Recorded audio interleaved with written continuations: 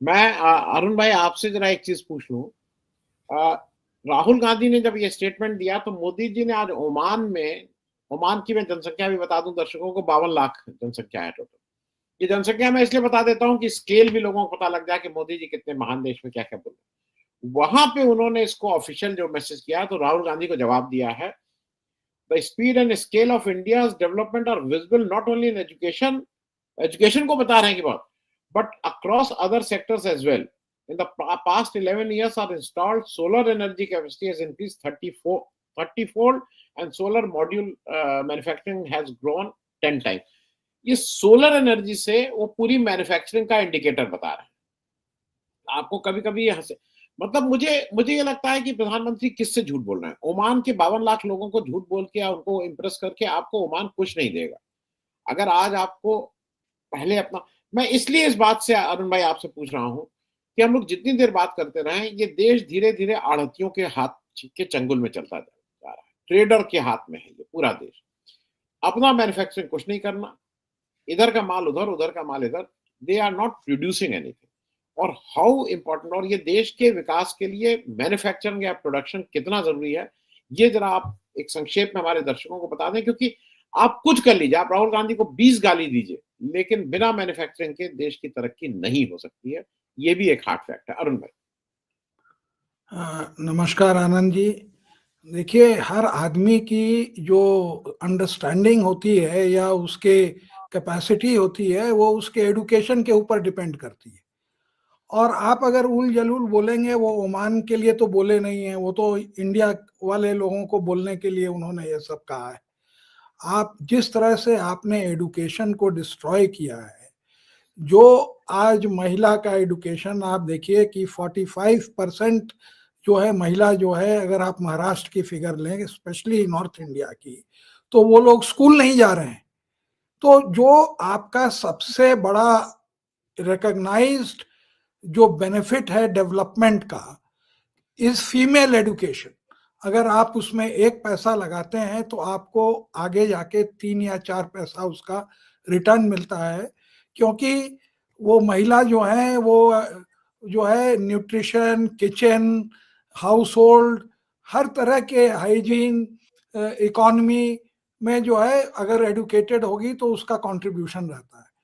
तो इनका तो जो कब्जा करने का ये है, जैसे अमित शाह ने पार्लियामेंट में कहा कि भाई क्या गलत है, हम जीत के आए हैं तो हम अपने आदमी को जहां होगा बैठाएंगे। और आप देखिए कि ये कितने शातिर लोग हैं कि तमिलनाडु और केरला, जहां पर गवर्नरों से लड़ाई है, किस बात की है? वाइस चांसलर अपना जो है भगवा बनाने का, वहां पर गवर्नर से इसी बात की है। तो ये एडुकेशन में आप अपना आदमी जरूर बैठाइए, लेकिन कॉम्पिटेंट हो तब ना, उसको एडुकेशन का पर्सपेक्टिव हो तब ना। आपने पूरा एडुकेशन डिस्ट्रॉय कर दिया। मैं आपको बताता हूँ, जवाहरलाल नेहरू जब फॉरेन टूर करते थे तो जितनी भी 5 IIT है वो एक एक माने देश से कोलैबोरेट करके, कि भाई वो जर्मनी ने आपको चेन्नई की IIT दी, तो आपको अमेरिका ने जो है बॉम्बे वाली IIT दी, उसी तरह से ब्रिटेन ने आपको दिल्ली की IIT में कोलैबोरेट किया और वहां पर अपने प्रोफेसरों को भेजा। एडुकेशन में आप प्राइवेटाइज कर दीजिए, where are the teachers? Competent लोग है ही नहीं, जो है वो बाहर चले जाते हैं। तो एक तो ये एडुकेशन में जितना ये बर्बाद किए और पीछे किए देश को, वो किसी ने नहीं किया। दूसरी बात, ये जो है हम पर कैपिटा इनकम में एकदम गरीब देश हैं, 142 हमारा रैंक है, लेकिन आप अपनी हेकड़ी हाँकते हैं कि हम 4th लार्जेस्ट नेशन है। अब क्या हुआ, आपका जहां डॉलर से रूपी जो गिरा, तो उसमें अब जापान और इंग्लैंड उसके भी पीछे आप हो गए। तो आपका जो जो आप ऊपर 3rd की उम्मीद कर रहे थे, वहां से गिर के आप ऑलरेडी 6th के तरफ जा रहे हैं। तो ये सब चीजें ये मोदी जी नहीं बताएंगे। सबसे बड़ा एम्प्लॉयमेंट जनरेटर हमारा माइक्रो सेक्टर था, हमारा स्मॉल स्केल सेक्टर था, मीडियम स्केल था। लार्ज स्केल में जॉब्स नहीं है, वहां ऑटोमेशन है। और उसको इन्होंने जितना डिस्ट्रॉय किया जीएसटी के द्वारा, डिमोनेटाइजेशन के द्वारा, अपनी पॉलिसी के द्वारा, पीएमएलए के द्वारा, कि इनका रहा अब कि सारी चीज जो है ट्रांसफर हो जाए from the smaller sector, micro sector to the larger sector. ये उनका वो रहा है, पॉलिसी रही है। तो एकदम जो जॉबलेसनेस है, यहाँ पर एडुकेशन आपका पिट गया, कोई आगे में होप नहीं है, और बस खाली रिग करके किसी तरह से चुनाव जीतो, और जो है लोगों को पैसा देके घूस लो घूस दो। जो ये कहते थे ना खाऊंगा ना खाऊंगा खाने दूंगा, तो ठीक उल्टा है कि खाएंगे और आपको खिलाएंगे और हम इलेक्शन जीतेंगे। तो ये जो हो रहा है ये बहुत ही, देखिए इनके जितने भी 3 लोग हैं, माने इट इज माने we are ruled by the uneducated, हम इतना ही कहेंगे। आप सबकी डिग्री देख लीजिए, Mohan Bhagwat simple graduate, Amit Shah graduate, प्रधानमंत्री की डिग्री तो मालूम नहीं, और अभी जो इन्होंने बनाया है जिसको बीजेपी का अध्यक्ष, अच्छे परिवार, पढ़े लिखे परिवार से आने के बावजूद वो भी खाली इंटरमीडिएट है। तो आप जो एडुकेशन बेसिक चाहिए कि पॉलिसी को डिटरमाइन करने के लिए, वो टूल आपके पास है ही नहीं। तो हेरा फेरी, जो इंडस्ट्रियलिस्ट आ गया तो पीएमएलए में आपने जो है हजारों करोड़ रुपया दे दिया, टाटा का को 40,000 करोड़ की, जबकि इनको मालूम नहीं है कि सेमीकंडक्टर में जो पैसा लग रहा है सब डूब जाए। उसमें आपने जो है उससे 700 करोड़ रुपया चंदा ले लिया, 40,000 करोड़ रुपया उसको सब्सिडी दे दी। तो ये तो इनकी पॉलिसियां हैं। तो जब पॉलिसी बनाने वाले ही कॉम्पिटेंट नहीं है, उतना उनको ब्रेथ नहीं है, उतना उनको अंडरस्टैंडिंग नहीं है, और सबके सब पूछने के बहुत काबिल है, तो ये तो जाएगा ही देश। और राहुल गांधी अगर इंडस्ट्री में वहां जाके क्या कह रहे हैं, उन्होंने सिंगल आउट किया कि टीवीएस की जो मोबाइक थी जिसमें कोलैबोरेशन था बीएमडब्ल्यू को, उसको देख के उन्होंने कहा ये 4.5 सीसी की है, ये जो है बाइक है बड़ी अच्छी है, ये इसको ये करेगी।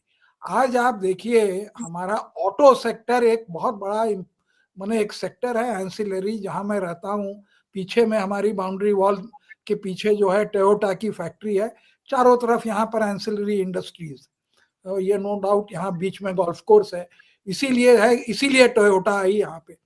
तो ये एक बहुत बड़ा सेक्टर है, और अगर वो ऑटो सेक्टर को जाके वहाँ सिंगल आउट करते हैं, विजिट करते हैं, और कहते हैं कि भाई मैन्युफैक्चरिंग हो, और यहीं पर यहाँ भी यही हाल है, सही कह रहे थे सिद्धू साहब कि सब जितने में आप चले जाइए सब कॉन्ट्रैक्ट लेबरर हैं, मैक्सिमम आपको 25,000 रुपए जो आप समझिए स्किल्ड लेबर है वो पैसा देते हैं। तो लेबर कॉस्ट इनका जो है कॉम्पिटिटिवनेस जो है डिटरमिन कर रहा है। वो साउथ कोरिया की जो कंपनी थी हुंडई, वहां पर तो उनके शेयर कुछ नहीं चले, यहाँ पे उसने अपने जो है कंपनी के शेयर मार्केट में निकाल के हजारों करोड़ रुपया जो है वापस ले गया हुंडई यहाँ से, उसको डाइल्यूट करके, ऑफर ऑफ सेल था। तो इनको ये सब चीजें नहीं समझ में आवेगी। और जो साउथ है, जो कि एडुकेशन और हर इंडिकेटर में, और जहां पर इंडस्ट्री अभी भी आ रही है, उसको भी ये जो है यहाँ से भगाने का जो है काम करेंगे। एक आपको लास्ट में एक बड़ा इंपॉर्टेंट आंकड़ा मैं बता दूं कि हिंदुस्तान की ये स्थिति हो गई है कि foreign FDI, foreign direct investment तो गिरते गिरते करीब 0 के ऊपर हो गया, और जो हमारा इंडिया से जो बाहर एफडीआई हो रहा था, यहाँ का भी पूंजीपति जो है इंडिया में पैसा नहीं लगा रहा है, वो निवेश जो है दूसरे देश में कर रहा है। तो आपका कैपिटल आउटफ्लो हो रहा है, आपका ब्रेन ड्रेन हो रहा है। माने जो ये कहते थे ना माथा ठोक के कि अरे हिंदुस्तान, अब वही हाल मोदी के हिंदुस्तान में हुआ है, कहाँ फंस गए। और इनकी आइडियोलॉजी के कारण जो हेट मॉन्गरिंग है, देखिए फासिस्टवाद के खिलाफ जितना जर्मनी है, क्योंकि दे हैव सफर्ड हिटलर, उससे ज्यादा कोई देश नहीं है, और हमारा देश भी उसी चिन्ह पथ पर चल रहा है। तो वहां पर जो उनको वेलकम हो रही है या वो ये जो उनको लोग बहुत ज्यादा ये कर रहे हैं, ये इसका भी बैकलैश है of this right wing fascist anti minority policy of the BJP. ये जितना हमको हार्म कर रहा है वो कुछ भी नहीं हार्म कर रहा है। पूरे वर्ल्ड में ये बदनाम हो गए हैं आरएसएस वाले कि ये लोग फासिस्ट लोग हैं, एंटी माइनॉरिटिज्म में है और राइटिस्ट लोग हैं। और इसलिए जो इंडस्ट्री एक ही इसमें होता था कि इंडस्ट्री पनपती थी, उसको भी ये पनपने नहीं दे रहे हैं। इतने इनकॉम्पिटेंट लोग हैं कि आज तक नहीं देखा। और राहुल गांधी अपना जो कह रहे हैं उससे वो जलते हैं, डरते हैं। वो वेलकम को देख के इनको ईर्ष्या होती है कि वहां पर के जो है एनआरआईज विदाउट ये तो बस लोड और एम्बेसी और पूरा करके भीड़ इकट्ठा करते थे, वहां पर तो उसके बिना जो है उनका इतना वेलकम होता है। तो इसलिए ये चिढ़ के जो है ये सब करते हैं, तो करने दीजिए, इनको इग्नोर करिए। ये रेजिम से आप कुछ उम्मीद नहीं करिए कि एम्प्लॉयमेंट होगा, डेवलपमेंट होगा, एडुकेशन होगा। जो होगा सबको बर्बाद करके आएंगे। खाली इनको एक ही चीज दिखती है कि किस हिंदू राज हो, और कुछ नहीं चाहिए। जी हाँ जी, प्रशांत गढ़वी साहब, मैं अरुण भाई एक चीज वो कर दूं, ये मोहन भागवत जी वेटनरी डॉक्टर है, ये सबसे क्वालिफाइड डॉक्टर नहीं है, एक्सक्यूज मी, आप जरा गूगल करके देखिए, बीएससी हैं वेटनरी साइंस में, वेटनरी साइंस में बीएससी हैं, आप गूगल करके देख लीजिए। मैं ऐसे गैर जिम्मेदारी से नहीं कहता हूँ। अच्छा, हाँ, उनको डॉक्टरेट है, ये बात आपने सही कही, वो ऑनररी होती है ना। ऑनररी तो हाँ, ऑनररी क्या आजकल खरीद भी ली जाती, आजकल खरीद भी ली जाती। नहीं, उनको उतने चमचे हैं यहाँ पे वाइस चांसलर, जो कि उनका साष्टांग करके उनको 10 डिग्री दे दे वाइस चांसलर बनने के लिए। आप क्या कैरेक्टर आप इंडिया के हैं। आप जितनी उनको चाहिए ना, हमको वीसी बना दो, हम तुमको डिग्री दे देंगे। ये क्विड प्रो वाली है।